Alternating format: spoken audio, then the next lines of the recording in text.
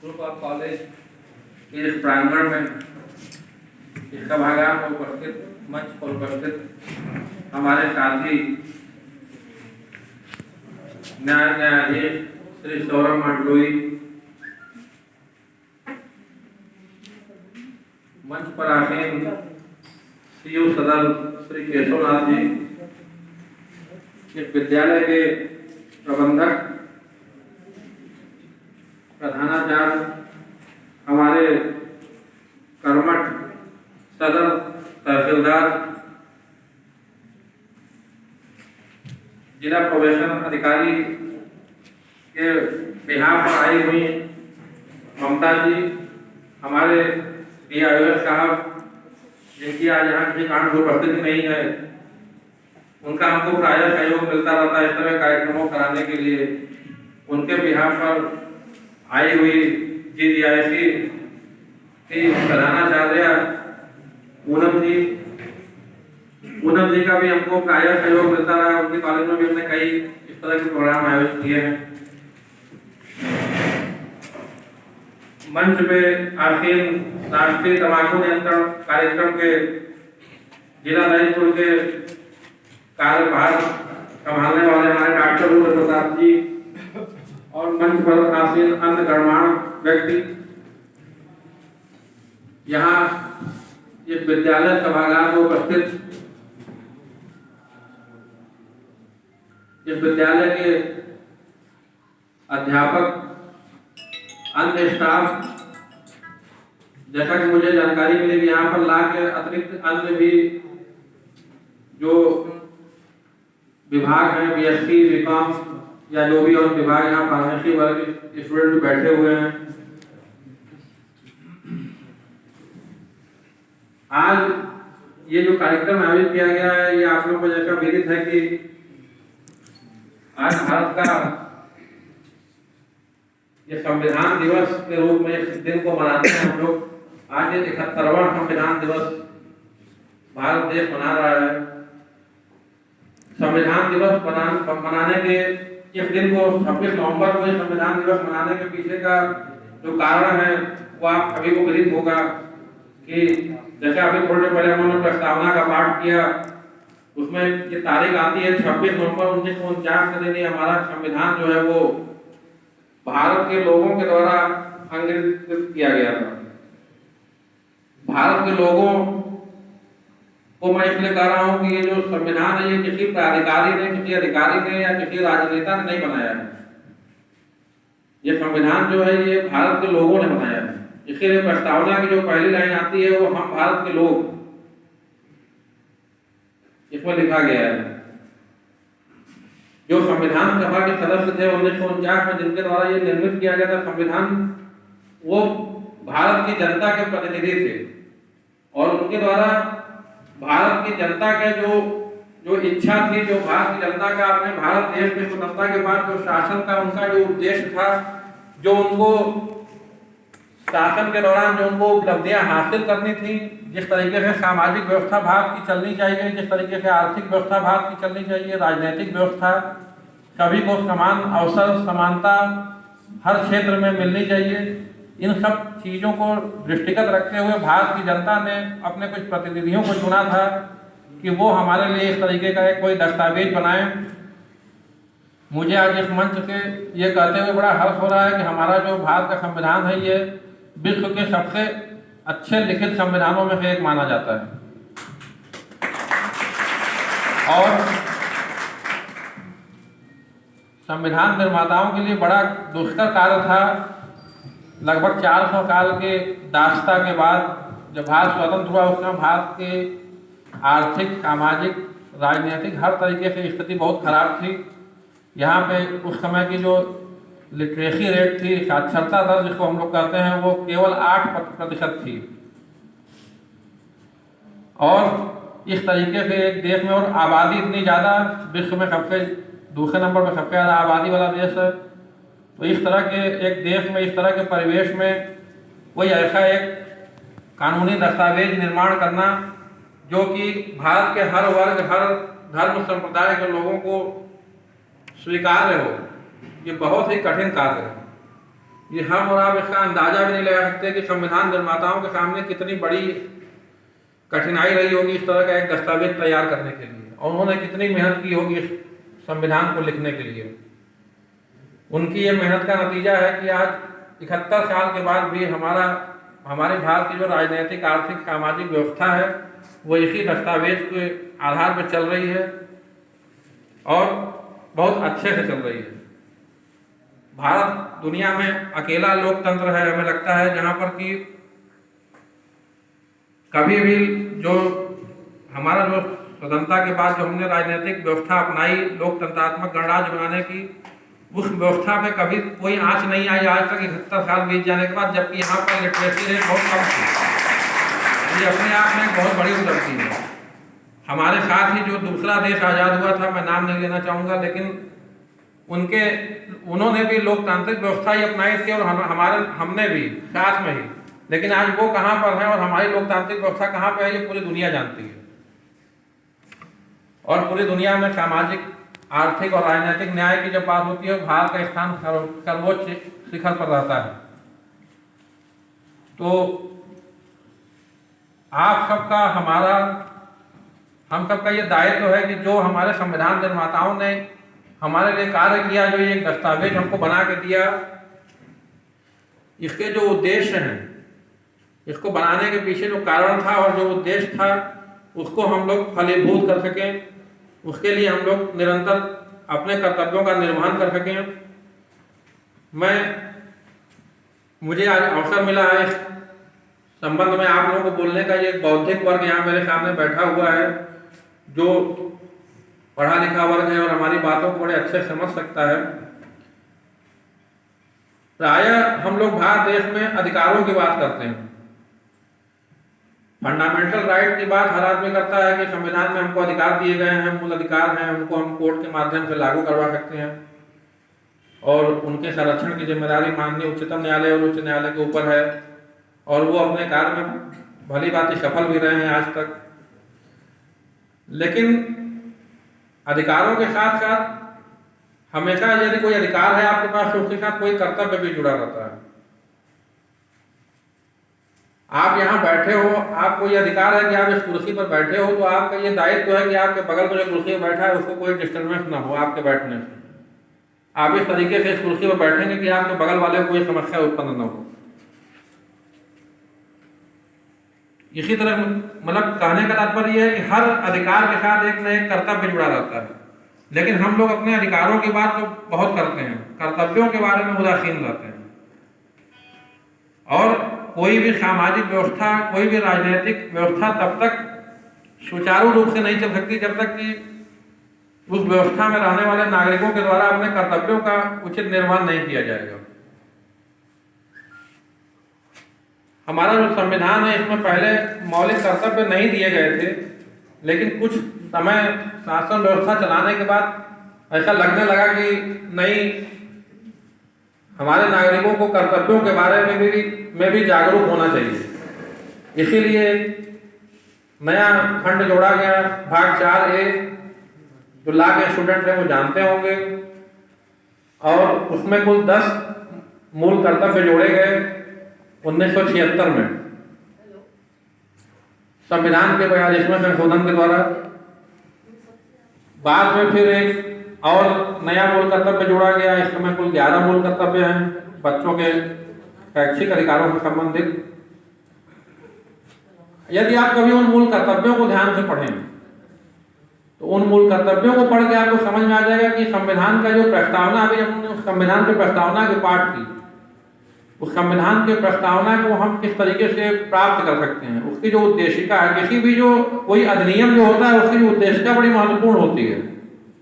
किसी भी कोई एक्ट बनता है, कोई संहिता बनती है, कोई संविधान बनता है, उसका जो प्रेम्बल होती है, प्रस्तावना या उद्देशिका जिसको हम कहते हैं, वो बहुत ही महत्वपूर्ण होता है। उस एक पैराग्राफ की प्रस्तावना को, उस उद्देशिका को पढ़ के हमको ये मालूम चल जाता है कि ये किताब जो है, ये एक्ट है, ये किस लिए बनाया गया है, इसका क्या उद्देश्य है, और ये किस कारण से इसको क्यों बनाने की इसकी जरूरत पड़ी।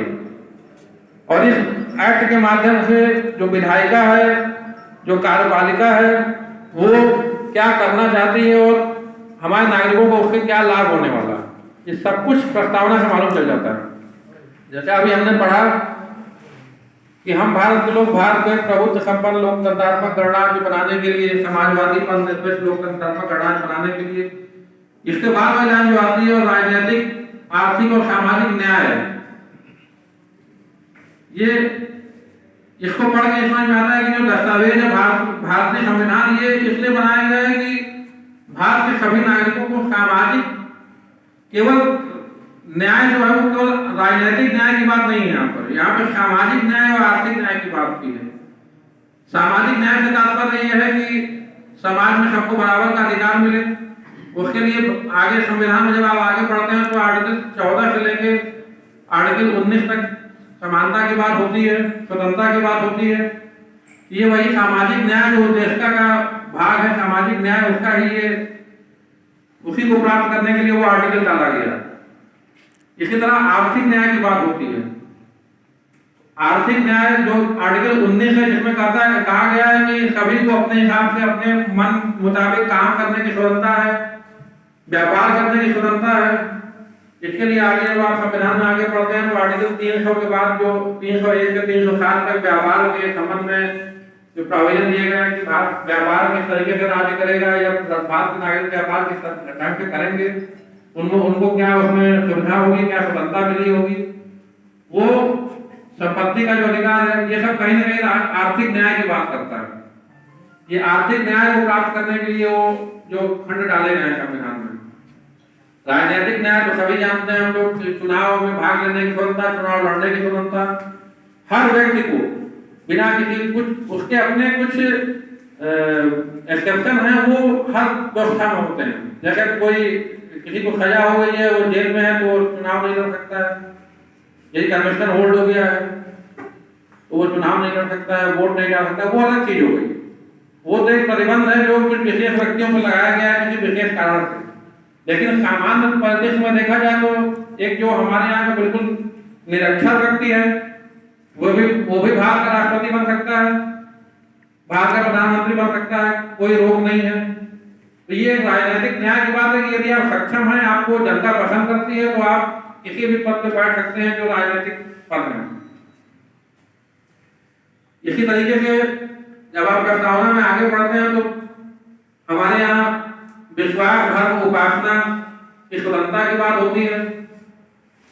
इसी उद्देश्य के बाद में और क्लियर करने के लिए इसको पंथ निरपेक्ष वर्ड जोड़ा गया संविधान में। यदि इतना भी जोड़ा जाता तो इससे कोई अंतर नहीं पड़ने वाला था, क्योंकि इस संबंध में पंथ निरपेक्षता के संबंध में हमारे संविधान में पहले से ही आर्टिकल 25 से आर्टिकल 30 तक दिया गया है कि सभी को अपना धर्म मानने की स्वतंत्रता होगी, उसके लिए पूजा करना है, उसको विकसित करने के लिए जो कार्य करना है, उस संबंध में कोई संस्था का निर्माण करने के लिए उसका प्रबंध करने की स्वतंत्रता है। इसी तरह से जो अल्पसंख्यक वर्ग है उनको अपने वर्ग को बढ़ावा देने के लिए वो अपना विद्यालय बना सकते हैं, उनको स्वतंत्रता दी गई है। उस संबंध में राज्य उनके साथ कोई भेदभाव नहीं करेगा ग्रांट वगैरह देने में। तो ये विश्वास, धर्म और उपासना की जो स्वतंत्रता की बात है, इसके लिए भी हमारे संविधान में प्रावधान है। इसी तरह एक वर्ड बाद में जोड़ा गया, व्यक्ति की गरिमा और राष्ट्र की एकता और अखंडता। इसमें कुछ वर्ड बाद में जोड़े गए हैं, तो ये बड़ा महत्वपूर्ण था। ये इसलिए जोड़ना पड़ा कि कुछ ऐसी गतिविधि देश में होने लगी थी जिससे कि भारत की प्रभुता और अखंडता खतरे में पड़ने लगी थी। तो उसके लिए बाद में इसको जो इमरजेंसी लागू हुई, उस समय कुछ घटनाएं हुई, उसके बाद आवश्यकता महसूस हुई कि इन चीजों को और क्लियर किया जाए। इसी सब परिवेश में फिर 1976 में संविधान में विस्तृत संशोधन करने के उपरांत मौलिक कर्तव्य जोड़े गए। मैं वापस अपने सब्जेक्ट पर आ रहा हूँ। मौलिक कर्तव्य बार बार जोड़ने दे रहा हूँ कि हम लोग न्याय विभाग में काम करते हैं, हमारे पास जो लोग आते हैं वो अपने अधिकारों की रक्षा के लिए आते हैं, लेकिन जब हम लोग उनके केस की सुनवाई करते हैं तो हम लोग का यह अनुभव है कि वो अपने अधिकारों के लिए लड़ते हैं, लेकिन जो उनके जो विपक्षी का अधिकार है, जो कि उनका कर्तव्य होता है, आपका अधिकार दूसरे कर्तव्य हो, दूसरे का अधिकार आपका कर्तव्य है, तो उसके प्रति वो ध्यान नहीं देते हैं। जो सामान्य नागरिकों में अधिकारों के लिए तो बहुत जागरूकता है, लेकिन कर्तव्य के प्रति कोई जागरूक नहीं है। तो जो प्रस्तावना के हमारे उद्देश्य हैं उसको प्राप्त करने के लिए ही मौलिक कर्तव्य जोड़े गए। ये अलग बात है क्योंकि हमारी जनता बहुत ज़्यादा साक्षर नहीं थी, लोग पढ़े लिखे नहीं थे, अभी भी साक्षरता 100% नहीं है। और जो हमारा परिवेश है, सामाजिक परिवेश है, उसमें तरह भिन्न भिन्न वर्ग के, भिन्न भिन्न जाति संप्रदाय के लोग हैं। तो कोई कर्तव्यों का खंड रखने के उपरांत उसको अगर यदि मूल अधिकारों की तरह उसको कोर्ट के द्वारा इन्फोर्सेबल बना दिया गया होता कि उसको लॉ के द्वारा प्रवर्तन उसका हो सकता है कोर्ट में जाके, तो बड़ी गंभीर समस्या उत्पन्न हो जाती है। हर आदमी चला आता है कि साहब इन्होंने ये नहीं किया, इनको करना चाहिए था, तो वो कोर्ट के लिए, सामाजिक व्यवस्था के लिए बहुत दिक्कत वाली बात होती है। इसके लिए मौलिक कर्तव्य जोड़े गए, वो केवल नागरिकों को ये भान कराने के लिए कि आपके ये कर्तव्य हैं, आपको इसका पालन करना चाहिए, लेकिन उसको इन्फोर्सेबल बाय लॉ नहीं बनाया गया। आप मौलिक अधिकारों के लिए उच्चतम न्यायालय में, माननीय उच्च न्यायालय में जा सकते हैं डायरेक्ट, लेकिन आप मौलिक कर्तव्यों की प्रवर्तनीयता के लिए आप माननीय उच्चतम न्यायालय और माननीय उच्च न्यायालय में नहीं जा सकते हैं, क्योंकि वो जो भाग 4A है वो इन्फोर्सेबल बाय लॉ नहीं है। वो केवल आपको बताने के लिए जोड़ा गया है संविधान में कि देखिए आपके नागरिकों के ये कर्तव्य हैं और आपको इसका पालन करना चाहिए। यदि आप इन कर्तव्यों का पालन करेंगे तो जो संविधान की उद्देशिका है उसका जो हमको उद्देश्य प्राप्त होना है वो हम प्राप्त कर सकेंगे। आपको यहाँ पे जो विद्यार्थी हैं, मेरा उनसे विनम्र अनुरोध है कि आप लोग संविधान के में जो मौलिक कर्तव्य दिया गया है उस खंड को बड़े ध्यान से पढ़ें और जहां तक संभव है उन कर्तव्यों को अपने आचरण में लाने की कोशिश करें।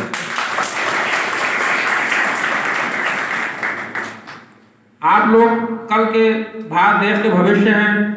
आप में से बहुत से लोग हैं जो कल को राजनीतिक क्षेत्र में भी जा सकते हैं, बहुत से लोग अधिकारी वर्ग में जाएंगे, अन्य भी जो शिक्षक वर्ग में बहुत से लोग जाएंगे, तरह तरह के व्यवसाय में आप लोग जाएंगे। तो आप लोगों का ये धर्म हो जाता है कि आप लोगों का ये कर्तव्य हो जाता है कि जो संविधान की उद्देशिका है, जो इस भारत के पूरी व्यवस्था को चलाने वाला जो हमारा दस्तावेज है संविधान, उसकी जो उद्देशिका है, उसमें जो मौलिक कर्तव्य दिए गए हैं उसका हम पालन करें। यदि आप विश्वास जानिए कि यदि आप अपने मौलिक कर्तव्यों का पालन करते हैं तो आपको जीवन में बहुत ज्यादा कठिनाई कभी नहीं आएगी और आपको दूसरों से बहुत ज्यादा कोई परेशानी भी नहीं होनी है। यदि हर आदमी अपने कर्तव्यों को उचित ढंग से पालन करना सुनिश्चित करे तो अधिकारों के लिए कहीं जाने की जरूरत ही नहीं पड़ेगी, अधिकार आपको अपने आप मिल जाएंगे। जो मौलिक कर्तव्य का जो खंड है उसमें प्राकृतिक पत्र, हमारा जो नेचुरल एनवायरनमेंट है, हमारा जो बड़ी अच्छी एक बात उसमें कही गई है वैज्ञानिकवाद का विकास करने के लिए। ये वर्ड उसमें आया है वैज्ञानिकवाद। ये वर्ड इसलिए जोड़ा गया है कि ये कहीं ना कहीं ये दर्शित करता है कि हर नागरिक का ये कर्तव्य है कि वो पढ़े लिखे और जो तर्कपूर्ण विज्ञान है, विज्ञान क्या होता है, विज्ञान तर्कपूर्ण होता है, उसमें हर चीज को तर्क की कसौटी पर तौला जाता है। तो ये विज्ञानवाद वर्ड इसलिए जोड़ा गया है कि हम जो सब बच्चे हैं, जो स्टूडेंट हैं, वो पढ़ें और पढ़ के हर चीज में अच्छे बुरे का फर्क करें, वैज्ञानिक दृष्टिकोण पैदा करें। अपनी सोच में आप वैज्ञानिक दृष्टिकोण पैदा कीजिए, मतलब क्या सही है, क्या गलत है, क्या तर्कपूर्ण है, क्या तर्कपूर्ण नहीं है, उसको आप देखिए और उसके अनुसार अपना आप आचरण सुनिश्चित कीजिए। इसी तरीके से बहुत सारे कर्तव्य हैं, जब आप उसको पढ़ेंगे तो आप उसमें, जैसे हम लोग प्रायः बात करते हैं महिलाओं की सुरक्षा की, उनके साथ तरह तरह की घटनाएं होती हैं, उसके प्रति हम लोग प्रायः बात करते हैं। तो आप मौलिक कर्तव्य पढ़ेंगे तो उसमें ये साफ साफ लिखा हुआ है कि महिलाओं के सम्मान और सुरक्षा को सुनिश्चित करने का हर नागरिक का कर्तव्य होगा, है ना। तो इसी तरीके से बहुत सारी चीजें, अब छोटे बच्चों के लिए अधिकार दिया गया कि उनको 6 से 14 वर्ष तक के बच्चों को राज्य निःशुल्क शिक्षा उपलब्ध कराएगा। तो साथ में कर्तव्य जोड़ा गया माँ बाप के ऊपर, मौलिक कर्तव्य संख्या 11 जो है वो बाद में जोड़ा गया। उसमें ये 86वें 86 अमेंडमेंट है वो कॉन्स्टिट्यूशन का, उसके द्वारा ये जोड़ा गया कि जो बच्चों को तो हमने अधिकार दे दिया कि 6 से 14 वर्ष के बच्चे को निःशुल्क शिक्षा दी जाएगी, लेकिन शिक्षा कैसे दी जाएगी? जब वो विद्यालय में आएंगे तभी तो शिक्षा पाएंगे। तो वहां पर माता पिता और उनके जो गार्जियन है उनके ऊपर एक कर्तव्य डाला गया कि आपकी एक ड्यूटी बनती है कि आप उनको शिक्षा प्राप्त कराने के लिए आप उनका उचित व्यवस्था करेंगे, उनको विद्यालय में भेजेंगे।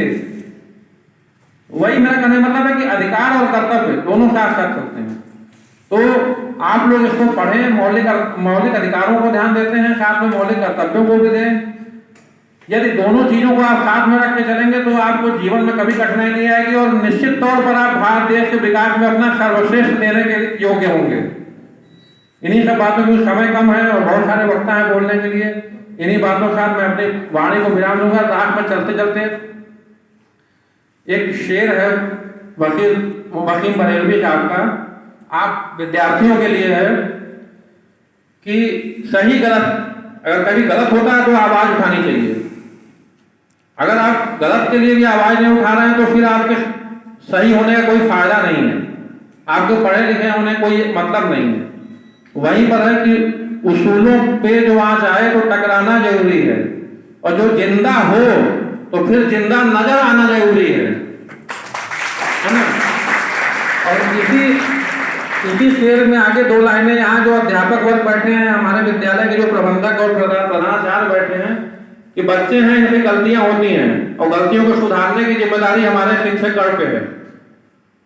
सामाजिक जो परिवेश होता है, समाज जो बनता है किस तरीके से, उसमें सबसे महत्वपूर्ण भूमिका हमारे माता पिता और हमारे शिक्षकों की होती है।